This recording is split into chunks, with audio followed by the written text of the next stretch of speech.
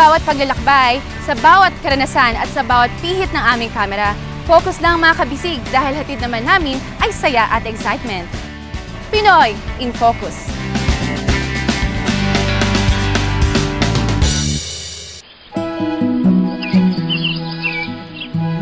Open your world to a wealth of natural wonders, where the senses feast on the extraordinary, in a place that will make you one with nature.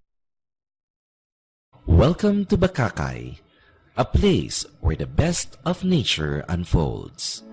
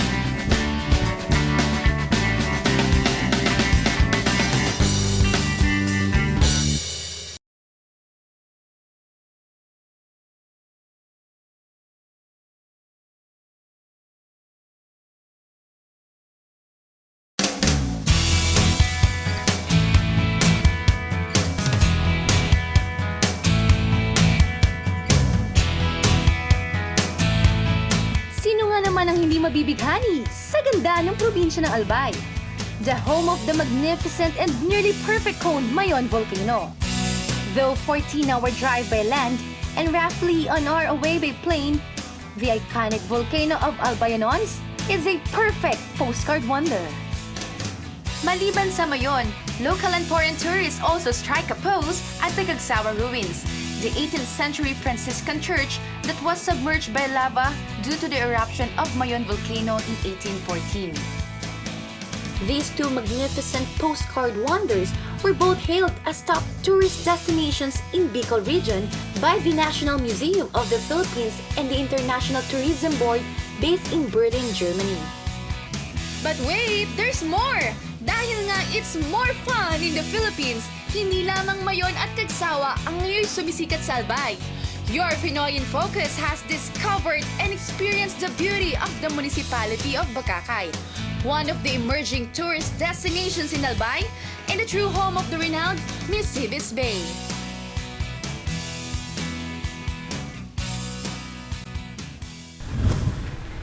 Ang Bakakay ay tinatawag nilang tourism capital of Albay. Kaya samahan niyo po akong i-explore ang kanilang mga tourist destinations tulad ng white and black sands beaches. Tara! This second-class municipality of Albay is a tourist place with caves and beaches. The town is also a popular summer destination for its beautiful beaches attraction. At dahil ang Bakakay ay malapit sa Bulkang Mayon, hindi white sand ang may enjoy ng mga turista, kundi black sand. Ito ang kanilang famous black sand. Tingnan naman oh, sobrang itim. The black sand is a product of millions of years of natural erosion that pulverized the mighty volcanic rocks into fine textured sand. Usually makikita natin 'di ba sa mga beach, puro white sand. Pero dito, kakaiba, itim na itim. O, di ba ang ganda? Albay's black sand beaches is stretched across the province's eastern seafront, found in the towns of Bakakay, Tiwi, Santo Domingo, and the city of Legazpi. It's a pleasure to introduce you the Municipality Mayor of Bakakay, Albay, Honorable Tobias Betito. Saan po ba nagmula ang Bakakay? Started with the pre-Spanish time. It is said that before their coming, there were plenty of bagakay. Bagakay is a small species of bamboo. According to stories from old folks. The Spaniards who came over, they were pointing to a place where the place is they don't going to somewhere misunderstood by the natives, and they point out that they mention Bagakay because they are believing the Spaniards were asking for what are those plants around the place, which is Bagakay. Now, since Bagakay, the Spaniards found difficulty in the pronunciation. Instead of J, they pronounce it as K, Bakakay. Yeah, okay, that was the origin of the name of the place as Bakakay. With the passage of the local government code, and it so happened that I became a board member. Now, one of our discussion there with the tourism committee is on identifying the tourism area for Albay, and they found out that Bakakay, because of Cagaray Island, with so many possible destinations, it could be developed to become a tourism area for Albay. But because of the change of administration, both local and the provincial developments were, of course, not pushed through. There was no substantial development, and the municipality itself is only framing the tourism code for the municipality, and it is already going to 4 years, and they could not yet finish it as of now. Worldwide tourism is the in thing for development, and of course, no country in the world will progress without emphasizing culture and history. With so many cultural activity, the province of Albay, through our governor, spends so much for tourism development in the forms of these different festivals. We have our Karagumoy Festival. The name is Karagumoy, taken from the Banig Karagumoy plant. Of course, and tourism, based on what happened with several years that the governor is our present governor, Albay tourism program multiplied several times. We even overtook Camarines Sur in terms of tourism arrival. And now, on a monthly basis, there is a direct flight from Xiamen, China to Albay. So that this, of course, this Chinese, this millionaire coming from one of the cities of China are possible tourists. And they say that if we can explore that, that's more than enough to saturate the place with so many Chinese tourists. Just imagine once a month, there are about more than 100 Chinese from one city in China. Of course, they were housed in Misibis, and also a tourist destination, of course, that is quite tourism standard. That is a luxurious hotel, much higher than the available hotel in Manila. Marami na palang nakahanay na tourism effort sa Bakakay. At napag-alaman namin mula kay Mayor Benito na kanilang ipinaglalaban na muling mapasa kanila ang sikat na Misibis Bay. Dahil originally ay sa kanilang bayan pala nakapaloob ito. Well, dito nyo lang narinig yan sa Pinoy in Focus.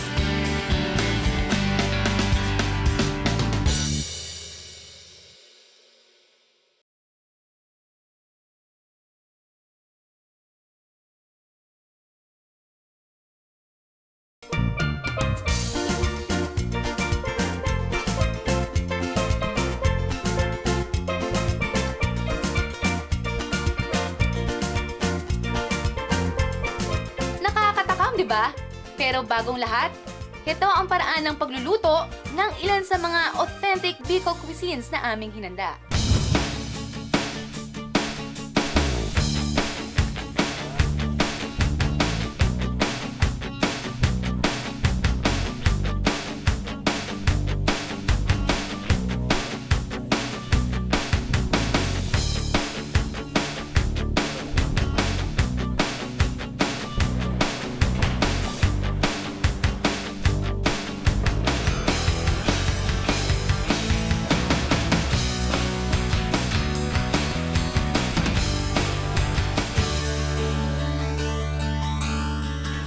Siyempre, kulang ang trip natin kung di natin matitikman ang specialty ng mga Bicolano, ang Bicol Express.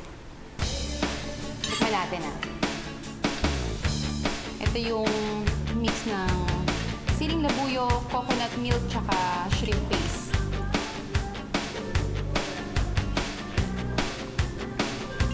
Sarap. Tsaka maanghang. And of course, ang kanilang, ano to, laing.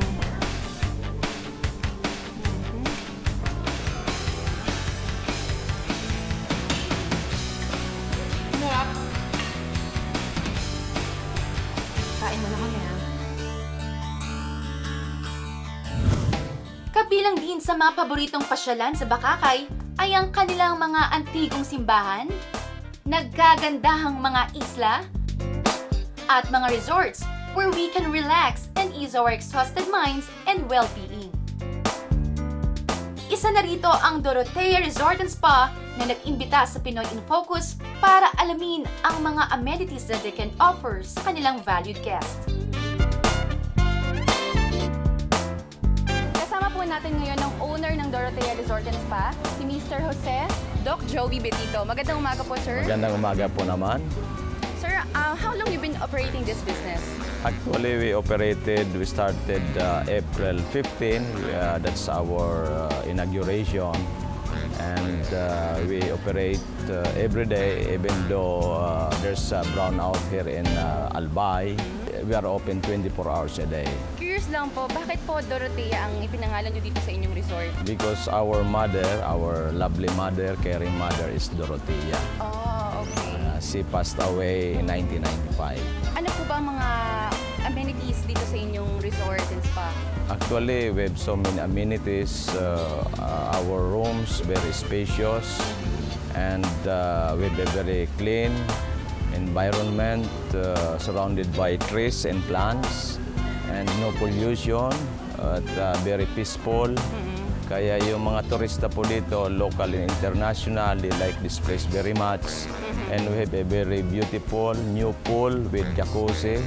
And it's about to be finished. Ito po ang aming steam bath na maging centerpiece ng aming resort because alam mo ngayon ang tao kailangan maging healthy. Yes. And ang daming tao hindi na kapag-exercise because everybody is busy. But with our amenities ay matutulungan namin sila. And aside from that, we have a holistic natural healing program being an health educator since 1996. Marami ang pumupunta sa atin na gustong maging healthy in a natural way. Ito po ang ginagawa natin kaya maraming pumupunta sa atin dito para matulungan sila sa kanilang kalusugan. Okay. Since nabanggit yun na po yan, Doc Joey nga po, di ba? Kayo po ay naging founder din itong Miracle Health Corporation. Actually po ang Miracle Health Corporation, we started that in 2008. We are the exclusive distributors of 3 kinds of products from Florida, USA. Mega A, super antioxidant composed of 5 berries. And we have multi-5 composed of 5 very powerful mushrooms for immune booster. And Miracle C, 5 kinds of natural vitamin C for cardiovascular system.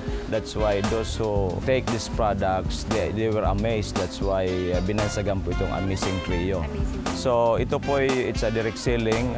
6 years na po, especially now in Albay that I'm based now here because I'm also the consultant of my brother who is the town mayor. Itong Amazing Trio, ang dami kong natutulungan. That's why we combine the hotel services, the resort, and with our natural healing program. That's why we cater a lot of people here in the Bicol region. We have a website www.miraclehealthcorp.com and our hotline 0908-122-2285 at they can ask Doc Joey, lahat pong tao na gusto magkaroon ng kalusugan, they can contact me at 0998-975-8121.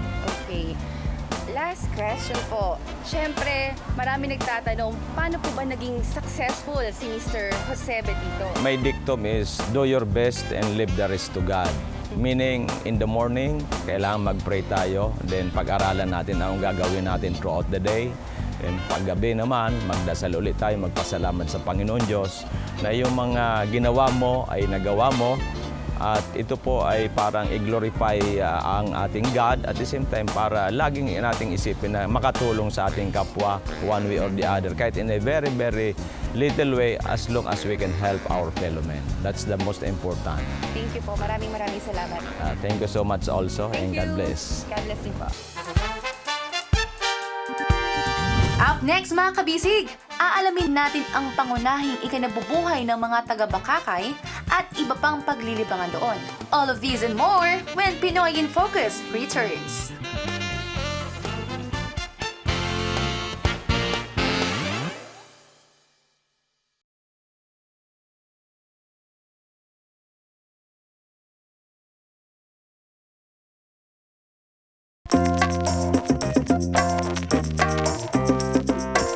Maliban sa pagsasaka sa naglalawakang taniman ng palay at pangisda ng mga residente ng Bakakay, isa pa sa kanilang mga pinagkakakitaan ay ang paggawa ng banig at basket, gamit ang karagumoy na isang uri ng halaman.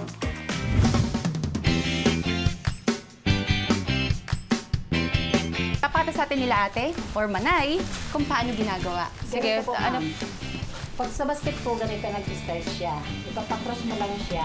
Okay. Tapos i-fold mo po ito pababa. Tapos ikot ito na nasa left. Okay. Yan. Tapos kukuha ka po ng Isa pa. isa. Dito po, insert mo dito sa likod. Doon po sa kabila. Dito. Opo, dito. Tapos, fold mo ulit ito. Ito po yung nasa right. Right siya. Tapos ikot ito. Ito po, nasa taas. Ikot siya. Ah, parang alternate lang. Yes, opo. Okay. Tapos ipong ka po ulit ng isa. Dito po, insert mo ito dito sa loob. Tapos, Ikot mo lang po para mahigpit siya. Yan. Para hindi po siya lumabas. Ito po. Tapos ito po, insert mo siya dito sa loob. ito, insert. Dito po siya sa loob. Tapos, pag na-fold mo na, ito naman namin dito. Parang star. Yan. Ah, sige. Tapos po, bibitawan mo na siya. Ito na po yun. Ganyan po mag-start. Parang mali yung ginawa ko. Tama Tama po ba? siya. Ito lang. Parang siya. Kailangan ng higpitan, no? Oo. Usually, pag basket ba yung ginagawa nyo, ilang oras po tinatagal? 2 oras. Sa banig, sa tagal. Maghapon po. Ah, grabe. Ayan, ganito yung pinaka-start niya. Ganyan na po. Yun. Tapos, sunod-sunod na lang yung ginawa rin kanina. Paikot lang po siya. Pag nalagyan mo dito, tapos iikot lang siya ng dito. Okay. Kung paano po kalaki yung base na gagawin mo. Diba, yung ganito, iikot ka lang. Pag nakuha mo na yung pinaka-base niya, taas ka na lang. After ito, makakagawa kayo ng basket at banig, di ba? So ito rin po ang pinabubuhay ng halos lahat ng kababaihan dito po sa amin. Ang materials po nito, makukuha lang talaga dito sa amin sa lugar namin. Oo. Para sa mga hindi nakakaalam, actually, ang karagumoy is, pandan leaves to Opo. na binilad na matagal, no? Opo. Ito na yun. Ito na yung itsura niya. Bali, matagal na po kayo gumagawa nito. Opo. Dati po ang products namin is banig lang. So para mabago yung products namin, pumunta dito yung DTI, nagpa-train sa amin. Since 2008, nag-start po kami. Tapos yan, dinagdagan nyo ng hanggang mga ngayon po. So ito na po pinapatuloy namin hanggang nga po ngayon. Ito na po talaga yung kinukunan ng kabuhayan ng mga kababaihan.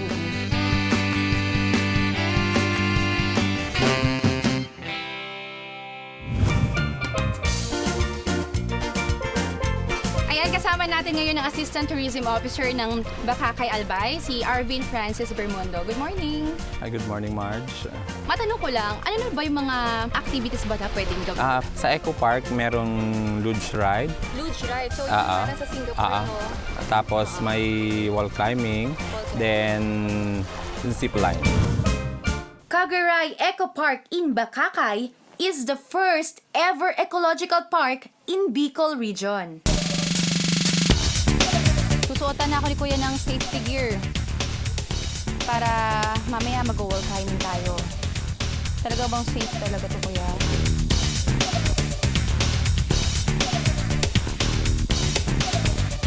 Ready na kayo? Ayan, ready na ako.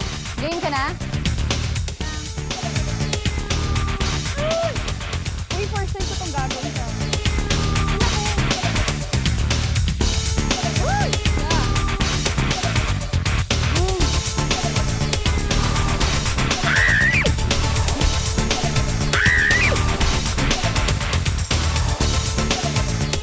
Wait lang, wait, isa pa. Oh my gosh. Kaya lang. I'm here. Ah. Hindi pa rin.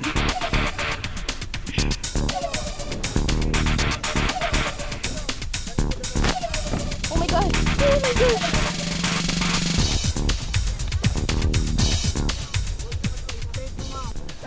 Yun. Kung mahilig kayo sa mga extreme sports, ayan, for sure, mag-enjoy kayo dito sa wall climbing. Ang next naman natin is zipline. Pag malapit na sa landing area, pick up yung... Okay? Wait lang. Then back mo. Go! Woo!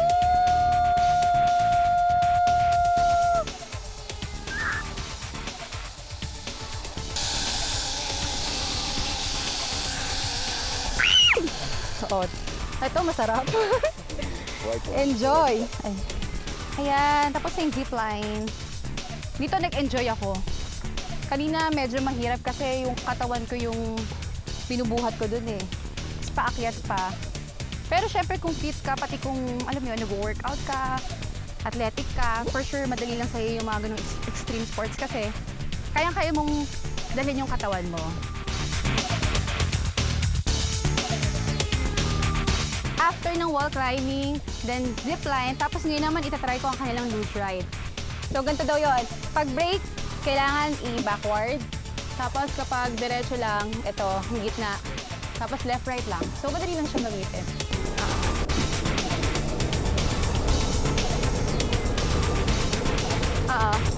Ang cute!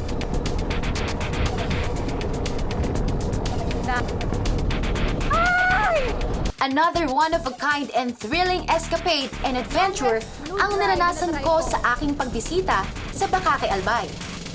Kaya't ano pa ang ating hinihintay mga kabisig? Tayo na at i-explore ang bayan ng Bakakay. So everybody who is tourism-oriented would like to visit places. We welcome you to Bakakay. Of course, we have a very beautiful and scenery with a beautiful tourist spots of different varieties, especially in the island of Cagaray, which is composed of 23 barangays, and the mainland barangays, which has about 15. So I have about 36 barangays where every barangay has somewhere or another some night spots or night place where you can visit or you can of course mostly yan so near the sea where you can dive in a beautiful, nice and clean water.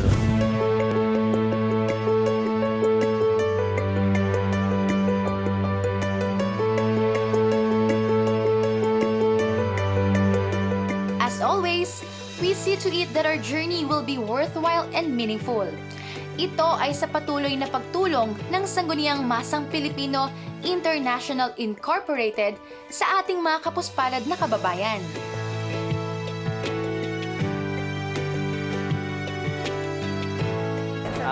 I've been a mayor since 2001. So, medyo matagal-tagal na po. So, I was only 26 years old nung una ako nanindihan dito na sabi ko nga sa pagsilbi ko dito, nag-o-taking ako doon.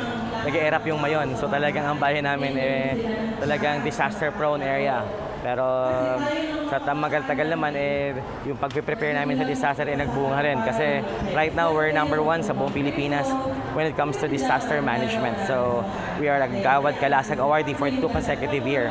And sana makuha pa namin this year because this Typhoon Glenda, pinakita naman na ulit namin na kahit nga sobrang damage yun sa amin, wala kaming casualty. So, ito, nagsimula talaga ako more on protecting the people when it comes to disaster and calamities. Thank you sa mga tumutulong sa amin dito, lalong-lalo na sa Sangguniang Masang Pilipino International na talagang malaki. Hindi lang po yung pinamigay nila maliit na assistance, malaki po to.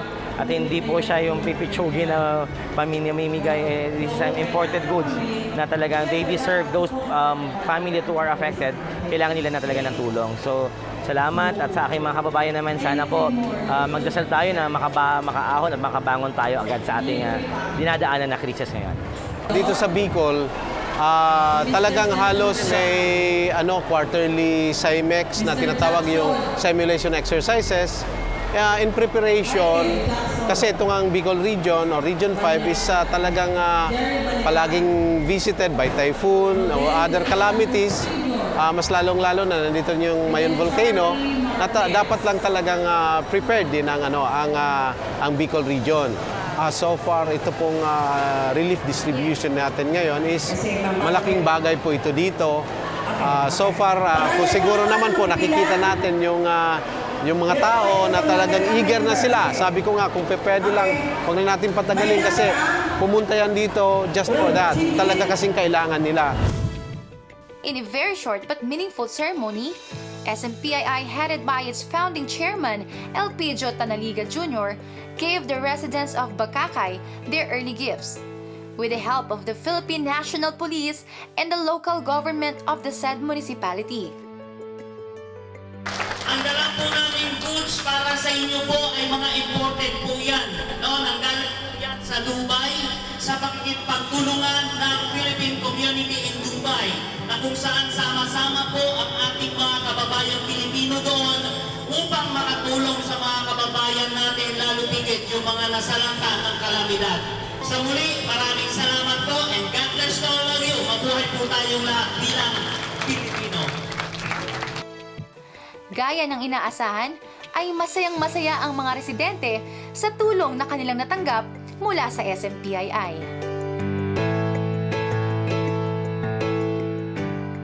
It was another day of fun and fulfilling experience here in the province of Albay. So ayan mga kabisig, sana po ay nag-enjoy kayo sa kalahating oras ng ating adventure and discovery dito sa Bakakay, Albay. Sa bawat paglalakbay, sa bawat karanasan at sa bawat pihit ng aming kamera, focus lang mga kabisig dahil hatid naman namin ay saya at excitement. So till next week, magkita-kita po tayo muli dito pa rin sa Pinoy in Focus.